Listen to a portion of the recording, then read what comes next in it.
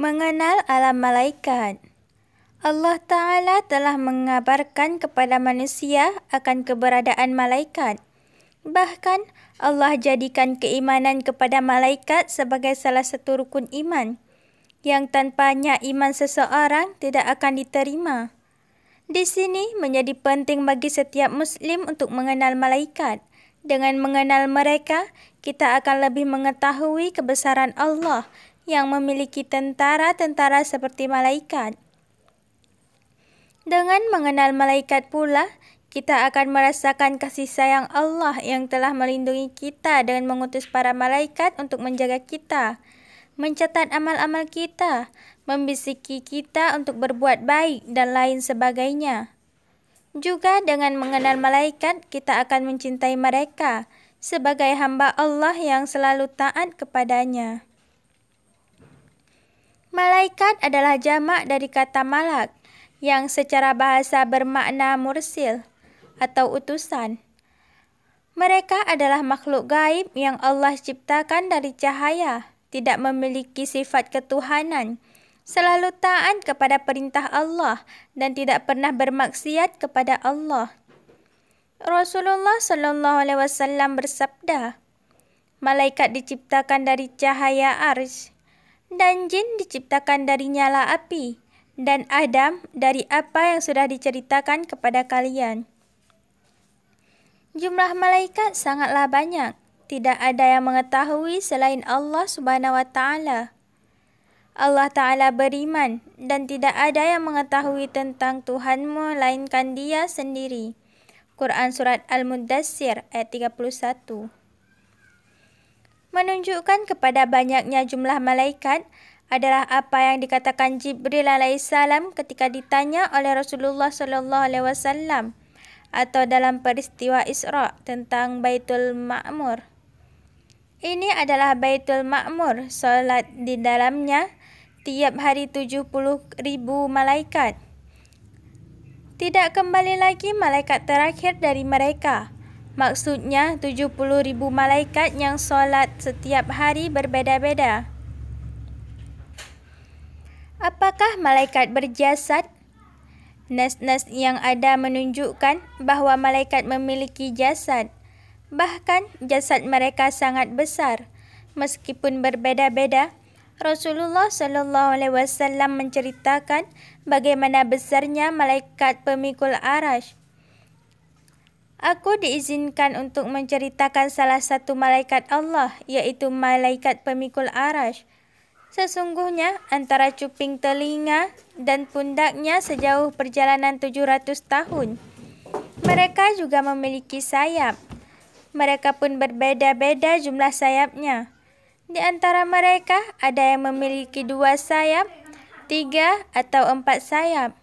Bahkan ada yang memiliki 600 sayap sebagaimana Jibril. Allah Ta'ala berfirman, yang menjadi makan malaikat sebagai utusan-utusan yang mempunyai sayap. Masing-masing ada yang 2, 3, dan 4. Quran Surat Fatir ayat 1. Mengenal malaikat Jibril, Rasulullah SAW pernah melihat dalam bentuk aslinya selama 2 kali. Yang pertama ketika di Abtah, Rasulullah melihat Jibril menampakkan dirinya dalam bentuk aslinya dengan 600 sayap yang menutupi ufuk. Yang kedua adalah ketika Rasulullah SAW dinaikkan ke langit pada malam Mi'raj. Allah berfirman, dan sesungguhnya Muhammad telah melihat Jibril itu dalam rupanya yang asli pada waktu yang lain, yaitu di Sidratil Muntaha. Quran Surat An-Najm ayat 13-14. Adapun selebihnya, malaikat Jibril lebih sering datang dalam bentuk seorang sahabat bernama Dihyatul Kalbi, atau terkadang dalam bentuk seorang laki-laki asing yang tidak dikenal. Malaikat juga memiliki akal, tapi tidak memiliki hawa nafsu sebagaimana manusia. Karena jika tidak memiliki akal, tidak mungkin Allah menguji mereka dengan menyebutkan sifat mereka. tidak mendurhakai Allah terhadap apa yang diperintahkannya kepada mereka, dan selalu mengerjakan apa yang diperintahkan. Quran Surat At-Tahrim ayat 6. Namun meskipun malaikat memiliki jasad, mereka tidak membutuhkan makan dan minum sebagaimana manusia. Sebagaimana disebutkan dalam kisah Nabi Ibrahim yang didatangi oleh malaikat yang menyerupai manusia. Ketika dihidangkan makanan kepada mereka, mereka tidak mau menyentuhnya. Keyakinan kaum musyrikin tentang malaikat. Orang Yahudi menisbatkan Uzair sebagai anak Allah. Orang Nasrani juga menisbatkan Al-Masih atau Nabi Isa sebagai anak Allah. Dan orang musyrik tidak kalah dalam hal ini. Mereka menisbatkan malaikat sebagai anak-anak Allah. Bahkan lebih dari itu. Mereka mengatakan bahawa malaikat adalah anak-anak perempuan Allah Maha Suci, Allah atas apa yang mereka tuduhkan. Allah pun mengingkari pertanyaan orang musyrik bahawa malaikat berjenis kelamin wanita. Allah Ta'ala berfirman, dan mereka menjadikan malaikat-malaikat yang mereka itu adalah hamba-hamba Allah yang Maha Pemurah sebagai perempuan. Apakah mereka menyaksikan penciptaan malaikat-malaikat itu? Kelak akan dituliskan persaksian mereka dan mereka akan dimintai pertanggungjawaban. Quran Surat Az-Zukhruf ayat 19. Allah mengingkari tuduhan bahawa malaikat adalah anak-anak Allah. Dan mereka berkata, Tuhan yang Maha Pemurah telah mengambil atau mempunyai anak. Maha suci Allah, sebenarnya malaikat-malaikat itu adalah hamba-hamba yang dimuliakan. Quran Surat Al-Anbiya ayat 26. Serta bagaimana mereka bangga jika memiliki anak laki-laki dan malu jika memiliki anak perempuan. Namun, kemudian menisbatkan anak perempuan untuk Allah. Tentu ini sesuatu yang tidak adil. Allah berfirman, apakah patut untuk kamu anak laki-laki dan untuk Allah anak perempuan? Yang demikian itu tentulah sesuatu pembagian yang tidak adil. Quran Surat An-Najm ayat 21-22. Mana yang lebih mulia antara malaikat dan orang soleh? Masalah ini telah diperselisihkan oleh para ulama dahulu. Akan tetapi, yang benar adalah sebagaimana yang dijelaskan oleh Syekhul Islam Ibnu Taimiyah rahimahullah, bahawa orang saleh lebih utama jika telah masuk ke dalam syurga, karena mereka berada dekat dengan Sang Pencipta, bersenang-senang di dalam surga, dimuliakan oleh Allah dengan rahmatnya, bahkan bisa melihat wajah Allah Ta'ala. Sementara malaikat ketika itu dengan izin Allah menjadi pelayan manusia.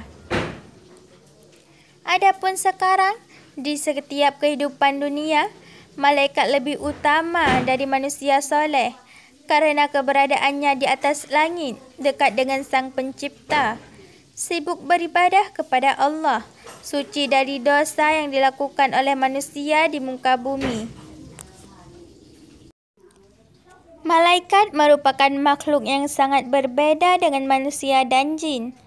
Malaikat tidak memiliki kehendak bebas seperti manusia dan jin, sehingga mereka selalu taat pada perintah Allah Subhanahu wa Ta'ala dan tidak pernah melakukan kesalahan.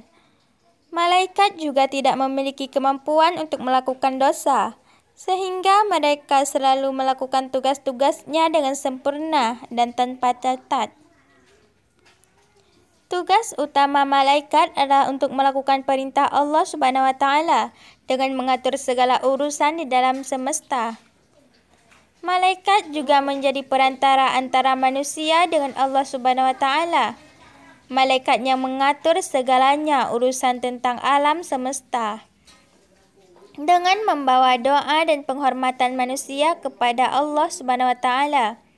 Selain itu, malaikat juga bertugas sebagai pelayan-pelayan Allah Subhanahu wa Ta'ala dalam menjaga alam semesta dan memberikan petunjuk kepada manusia. Dalam Al-Quran, terdapat beberapa jenis malaikat yang disebutkan. Beberapa di antaranya adalah malaikat Jibril, malaikat Mikail, malaikat Israfil, dan malaikat Israel.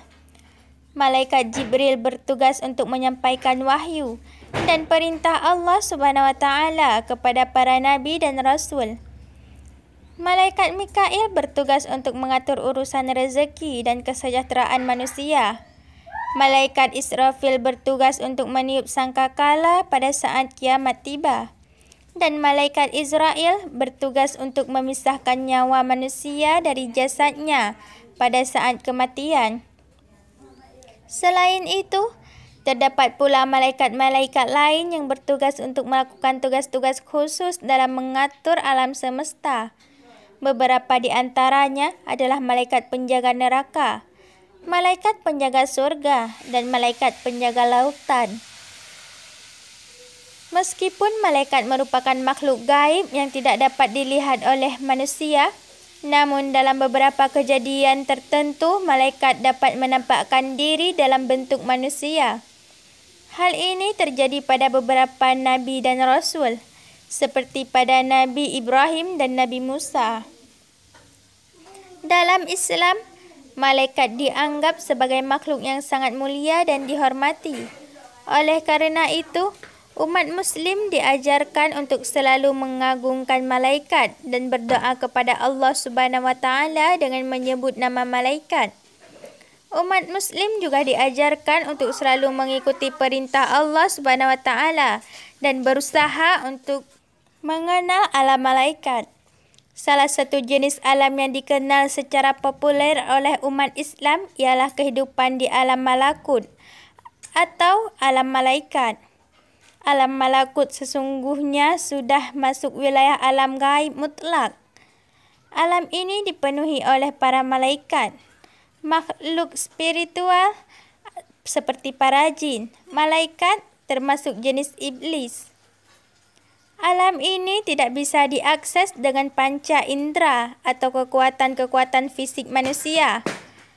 Alam ini hanya bisa diakses oleh manusia, meneladani sifat-sifat mulia yang dimiliki oleh malaikat, seperti kesucian, kejujuran, dan ketaatan kepada Allah Subhanahu wa taala.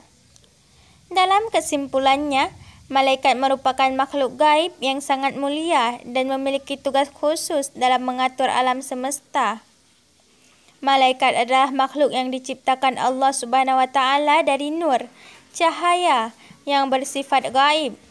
Malaikat merupakan salah satu dari beberapa jenis malaikat yang diciptakan oleh Allah Subhanahu wa taala dan memiliki tugas-tugas khusus dalam melaksanakan perintahnya. Dalam Islam, malaikat dianggap sebagai makhluk yang sangat mulia dan memiliki kedudukan yang tinggi di sisi Allah Subhanahu wa taala. Jika mereka mampu menggunakan potensi lahud atau malakut yang dimilikinya. Cara mengaksesnya ialah dengan jalan mukasyafah, iaitu menyingkapkan hijab-hijab yang selama ini menyelimuti diri manusia karena faktor dosa dan pencemaran yang terjadi di dalam diri manusia, sehingga mengelubungi rohani atau kalbu manusia. Tentu hal ini bisa dicapai manakala manusia melakukan upaya-upaya spiritual secara intensif atau mujahadah.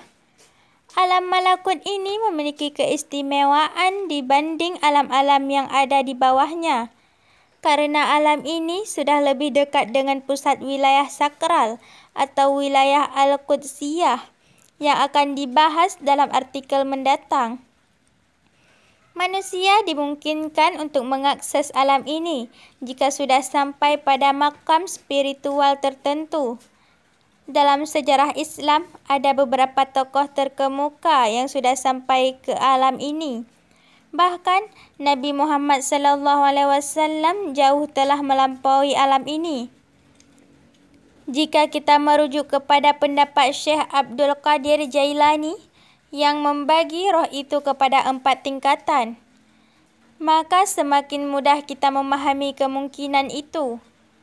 Menurut Syekh Abdul Qadir Jailani dalam kitabnya Sir Al-Asrar, Roh itu memiliki 4 tingkatan, yaitu roh jasadi yang berinteraksi dengan alam mulk, roh rohani yang berinteraksi dengan alam malakut, roh sultani yang berinteraksi dengan alam jabarut, dan roh al-Quds yang berinteraksi dengan alam lahud.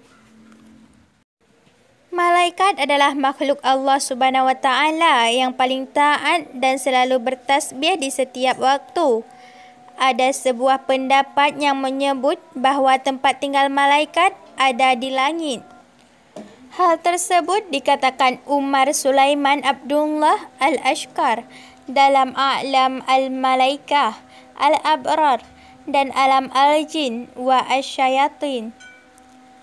Pendapat yang mengatakan bahawa malaikat tinggal di langit ini bersandar pada firman Allah Subhanahu wa Ta'ala yang artinya, karena keagungannya, hampir saja langit itu pecah dari sebelah atasnya dan malaikat-malaikat bertasbih dengan memuji Tuhannya. Quran Surat Asy-Syura ayat 5. Allah Subhanahu wa Ta'ala juga menggambarkan sifat-sifat malaikat melalui firman-Nya, yang artinya, jika mereka atau orang-orang musyrik menyombongkan diri atau enggan bersujud kepadanya, maka mereka, malaikat yang berada di sisi Tuhanmu, selalu bertasbih kepadanya pada malam dan siang hari tanpa perlu jemu. Quran Surat Fussilat ayat 38. Kemudian, dalam Surat Al-Mu'min ayat 7, Allah Subhanahu wa Ta'ala berfirman yang artinya, para malaikat yang memikul arash dan yang berada di sekelilingnya selalu bertasbih dengan memuji Tuhannya, beriman kepadanya dan memohonkan ampunan untuk orang-orang yang beriman. Mereka berkata, wahai Tuhan kami, rahmat dan ilmu-Mu meliputi segala sesuatu. Maka berikanlah ampun kepada orang-orang yang bertobat serta mengikuti jalan-Mu dan lindungilah mereka dari azab neraka jahim. Al-Baihaqi dalam kitab Syu'ab Al-Iman melansir dan Ibnu Mas'ud bahawa ia berkata, tidak ada salah satu tempat pun di langit ini kecuali di sana ada dahi malaikat atau kedua kakinya. Kemudian ia membaca firman Allah, dan sesungguhnya kami benar-benar bersaf-saf atau dalam menunaikan perintah Allah Subhanahu wa Ta'ala. Quran Surat As-Saffat ayat 165. Pendapat yang memperkuat bahawa malaikat tinggal di langit turut disebutkan dalam riwayat Abu Asy'ah dari Said bin Jubair. Ia berkata, tidak ada satu tempat pun di langit kecuali di sana ada saut malaikat, baik dalam keadaan bersujud atau berdiri hingga hari kiamat. Malaikat bertawaf di Baitul Ma'mur. Para malaikat yang tinggal di langit setiap hari bergantian masuk ke Baitul Ma'mur untuk melakukan tawaf. Baitul Ma'mur adalah bangunan mirip Ka'bah yang berada di langit, sebagaimana disebutkan dalam buku kepunyaan Allah Timur dan Barat, karyamu Hadi Basori. Jumlah malaikat sangat banyak. Di antara mereka ada para malaikat yang bertugas memikul arash dan ada yang berada di dekatnya. Menurut Muhammad bin Abdul Wahab dalam salah satu kitabnya tentang pokok keimanan, malaikat pemikul arash dan malaikat yang ada di sekeliling arash adalah malaikat yang paling mulia. Para malaikat penghuni langit ketujuh tersebut terus memakmurkan tempat tinggalnya dengan ibadah terus-menerus sepanjang siang dan malam serta sepanjang pagi dan petang. Sebagaimana firman Allah Subhanahu wa Ta'ala yang artinya, mereka, malaikat-malaikat bertasbih pada waktu malam dan siang dengan tidak berhenti-henti. Quran Surat Al-Anbiya ayat 20. Malaikat adalah makhluk Allah Subhanahu wa Ta'ala yang paling taat dan tidak pernah membangkang. mereka bertawaf di tempat yang bernama Baitul Ma'mur. Alam malaikat adalah misteri bagi umat manusia. Oleh sebab itu, mengenalinya adalah salah satu cara untuk menambahkan keimanan kita dengan menyelisik alam malaikat. Umat Islam akan semakin memuji kebesaran Allah Subhanahu wa taala.